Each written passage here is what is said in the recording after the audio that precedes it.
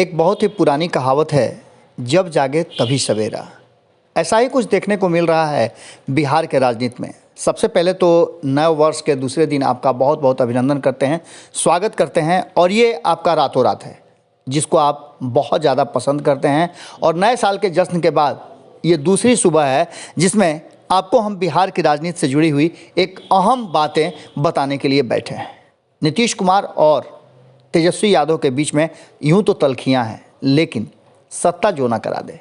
सत्ता ऐसी चीज़ है जिसको लेकर के राजनीतिक दल के नेता और ख़ास करके दलों के जो सुप्रीमो होते हैं वो हर तरह के समझौता करने के लिए तैयार होते हैं, क्योंकि अंतिम लड़ाई और समाज सेवा का राजनीतिक जीवन का सबसे जो अंतिम मकसद है वो है कुर्सी प्राप्त करना। और जब कुर्सी प्राप्त हो जाए तो उससे बड़ा कुछ भी अचीवमेंट की ज़रूरत नहीं होती है। कुर्सी की ही सारी लड़ाई है। बिल्कुल बिहार में जिस तरह से राजनीतिक उथल पुथल मची हुई है और चर्चाएं लगातार हो रही हैं कि एनडीए में सब कुछ ठीक ठाक नहीं है, और देखने में भी लग रहा है, क्योंकि आपने देखा होगा कि लगातार जिस तरह से राजनीतिक उथल पुथल मचा हुआ है और ख़ास करके 2017 से लेकर के 2022 जो आज हम आपसे बातचीत कर रहे हैं सुबह सवेरे, उस समय तक आप देखें तो नीतीश कुमार भारतीय जनता पार्टी के साथ जो दूसरी पारी खेलने के लिए आए हैं उसमें काफ़ी कमज़ोर नज़र आ रहे हैं। हालांकि शुरुआत तो बड़ी मजबूती के साथ उन्होंने किया था, क्योंकि वो मजबूती उन्हें 2015 के चुनाव में विधानसभा के जो हुए थे उसमें मिली थी।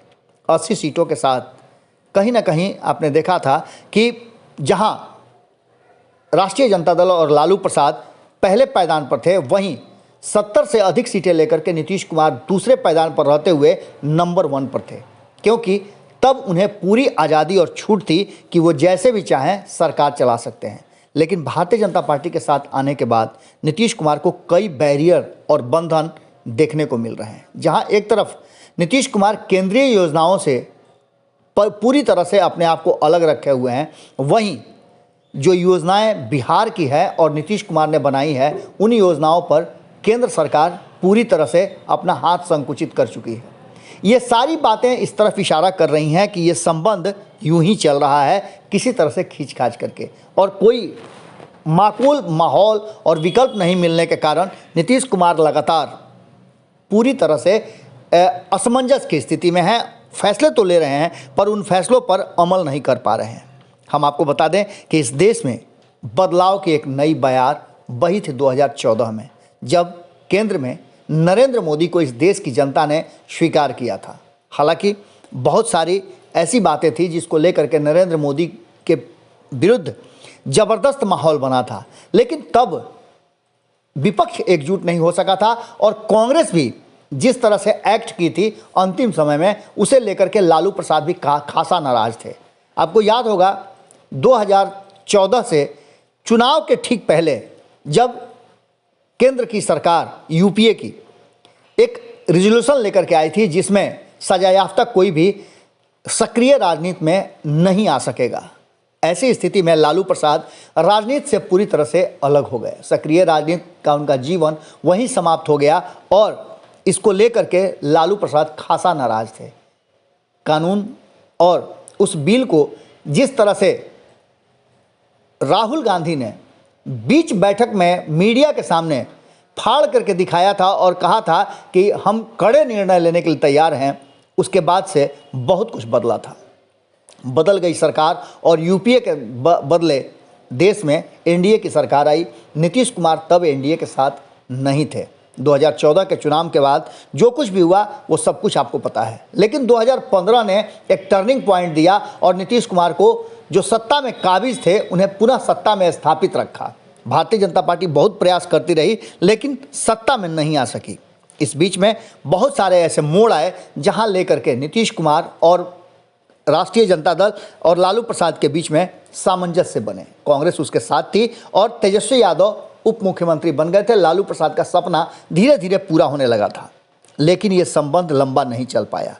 कहीं ना कहीं नीतीश कुमार को लगा कि ऐसा ना हो कि चुनाव में जिस तरह से लालू प्रसाद उनसे ज़्यादा सीट लेकर के आए हैं, आगे भी लालू प्रसाद कहीं ना कहीं नीतीश कुमार को पीछे कर दें। और यही डर नीतीश कुमार को फिर से भाजपा के साथ ले गया, क्योंकि भाजपा के साथ नीतीश कुमार का संबंध लंबे समय से चल रहा था। और इस लंबे संबंध में नीतीश कुमार को इतना तो पता था कि भारतीय जनता पार्टी के पास वर्तमान में इतना मादा नहीं है कि नीतीश कुमार के सामने खड़ा होकर के कोई कड़ा फैसला सुना सके या नीतीश कुमार के किसी फैसले पर उंगली उठा सके, क्योंकि तब नीतीश कुमार के पास 70 से अधिक सीटें थीं और भारतीय जनता पार्टी सत्ता से बेदखल हो गई थी और उसे सत्ता में वापसी के लिए नीतीश कुमार का कृपा चाहिए था। माहौल बना और नीतीश कुमार ने महागठबंधन को छोड़ करके भारतीय जनता पार्टी को अपना लिया। भारतीय जनता पार्टी पूरे नीतीश कुमार के प्रभाव में सत्ता में तो आ गई, लेकिन वहां से शुरू हो गया भारतीय जनता पार्टी का एक नया दौर, जिसमें नीतीश कुमार को कैसे कमजोर किया जाए।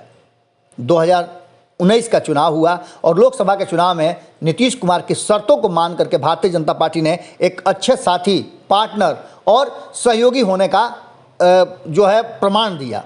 नीतीश कुमार को 50-50 पर समझौता हो गया और 17-17 सीटें दोनों को मिल गई, जिसमें से 16 जीत करके नीतीश कुमार आए। और यहाँ भी पहला जो है नीतीश कुमार को बैकफुट पर ले जाने का काम शुरू हुआ और भारतीय जनता पार्टी 17 सीटें जीत करके नीतीश कुमार से 1 सीट लोकसभा की ज़्यादा जीत करके आ गई। यहाँ नीतीश कुमार को ये बात समझ में आ गई थी कि अब आगे उनके लिए रास्ता कठिन होने वाला है।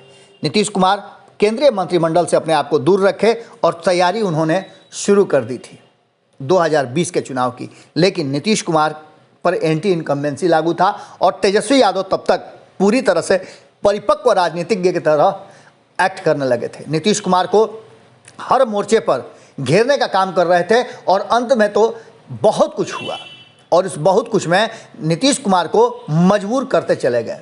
नीतीश कुमार की नाकामियों को और भारतीय जनता पार्टी के साथ रहते हुए कई ऐसे मुद्दे सामने रखे जिन मुद्दों को कहीं ना कहीं नीतीश कुमार के पास हल नहीं मिल रहा था।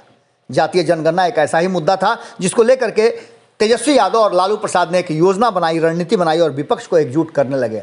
नीतीश कुमार के लिए ये अवसर था उस मुद्दे को अपने हाथ में लपक लेने का, क्योंकि तब तक 2020 का चुनाव हो गया था और 2020 के चुनाव में दूसरे से तीसरे नंबर पर खिसक करके चले आए थे नीतीश कुमार और साथ ही उनके अस्तित्व पर संकट आने लगा था। अपनी पार्टी को मजबूत करने और अपने संगठन को बढ़ाने के लिए नीतीश कुमार ने कई बड़े फैसले लिए, लेकिन वो फैसले कारगर साबित नहीं हुए। अब स्थिति ये थी कि दोनों के बीच में सामंजस्य कैसे बने।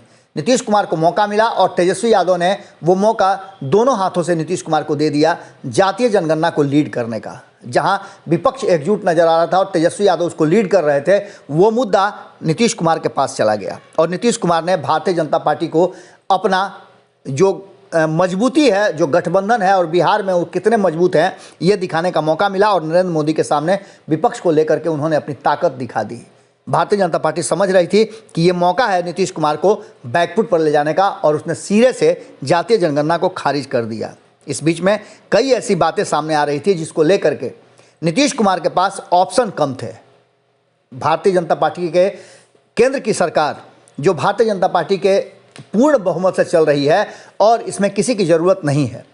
प्रधानमंत्री नरेंद्र मोदी और नीति आयोग की रिपोर्ट जब आने शुरू हो गए तो बिहार में कहीं ना कहीं इसको लेकर के हड़कंप मच गया, क्योंकि बिहार सबसे फिसड्डी राज्यों में शुमार होता जा रहा था। हर मुद्दे पर बिहार के आंकड़े जो बता रहे थे फिसड्डी हो रहा था।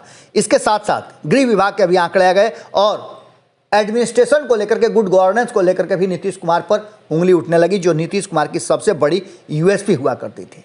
न्याय के साथ विकास जो नीतीश कुमार का एजेंडा था, उसे कहीं ना कहीं भारतीय जनता पार्टी ने लपक लिया था और वो जहां भी शासन में है वहां न्याय के साथ विकास की गुहार लगा रही थी। ऐसी स्थिति में नीतीश कुमार के पास विकल्प सीमित हो गए और नीतीश कुमार के लिए रास्ते नहीं बचे। हालांकि 5 साल तक एनडीए सरकार चलेगी, इस दावे के बाद अगर कहीं ना कहीं जनता दल यूनाइटेड के मुखिया नीतीश कुमार और ललन सिंह ये बात कहते हों कि भारतीय जनता पार्टी के साथ हम चल सकते हैं, आगे भी कई राज्यों में चुनाव लड़ सकते हैं, और दूसरी तरफ ये कहते हो ललन सिंह कि कांग्रेस को चाहिए कि थोड़ा उदार हृदय अपनाए और थोड़ा सा अपने आप को ब्रॉड करे, तो इसका मतलब आप समझ सकते हैं।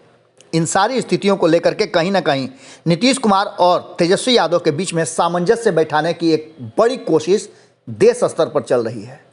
देश की हर वो दल, जो क्षेत्रीय दल हों या राष्ट्रीय दल हों, कांग्रेस से लेकर के जिस भी दल की बात कर लें और जिस दल के जो रणनीतिकार हैं वो सारे लोग तेजस्वी यादव और नीतीश कुमार को, यानी लालू प्रसाद और नीतीश कुमार को एक पटरी पर ला करके एक बड़े राजनीतिक विकल्प की कोशिश में लगे हुए हैं। ये जैसे ही मीटिंग समाप्त होगी और दोनों की बैठक होगी, उसके बाद से भाजपा के लिए कहीं ना कहीं एक बड़ी मुश्किल भरी चीज़ें सामने आएंगी। नीतीश और तेजस्वी की मीटिंग तय करेगी भाजपा का अगला भविष्य, और इसकी तैयारियां बड़ी जोर शोर से हो रही है। प्रशांत किशोर भी एक्शन में आ गए हैं। वहीं ममता बनर्जी की बात करें या फिर शरद पवार की बात करें, ये सारे लोग कहीं ना कहीं ये दोनों ध्रुव को मिलाने की हर वो कोशिश कर रहे हैं, और इसके लिए तैयारियां शुरू हो गई है। तेजस्वी यादव का अधिकांश समय पटना में बिताना, इस बात को, जबकि नई शादी उनकी हुई है उसके बावजूद भी वो पटना में अपना समय बिता रहे हैं, लोगों से मिल रहे हैं, ये दिखाता है कि कहीं ना कहीं आने वाला जो वक्त है वो बहुत कुछ बिहार की राजनीति में ले करके आएगा। आज के भोरे भोर में हम आपसे यहीं विदा लेते हैं, इस नोट के साथ कि आप तेजस्वी और नीतीश कुमार के मुलाकात, मीटिंग और भारतीय जनता पार्टी के भविष्य पर क्या सोचते हैं, कमेंट बॉक्स में ज़रूर लिखिएगा। बहुत बहुत धन्यवाद, नमस्कार। अगर ये वीडियो पसंद आई और वह बिहार के राजनीति और बिहारियत से सरोकार रखेनी तो सब्सक्राइब बटन दबा के चैनल के सब्सक्राइब कर ली। ओजे एगो घंटी बा, ओकरा बटन दबा देला से कुल सटीक और मारक खबर रुआ मुफ्त में मिल जाई। अगर रुआ पत्रकारिता के हमनी के नया प्रयोग में सहयोग कर चाहतानी तो ज्वाइन बटन दबा दी। पेटीएम नंबर नोट कर ली 9386816700। धन्यवाद।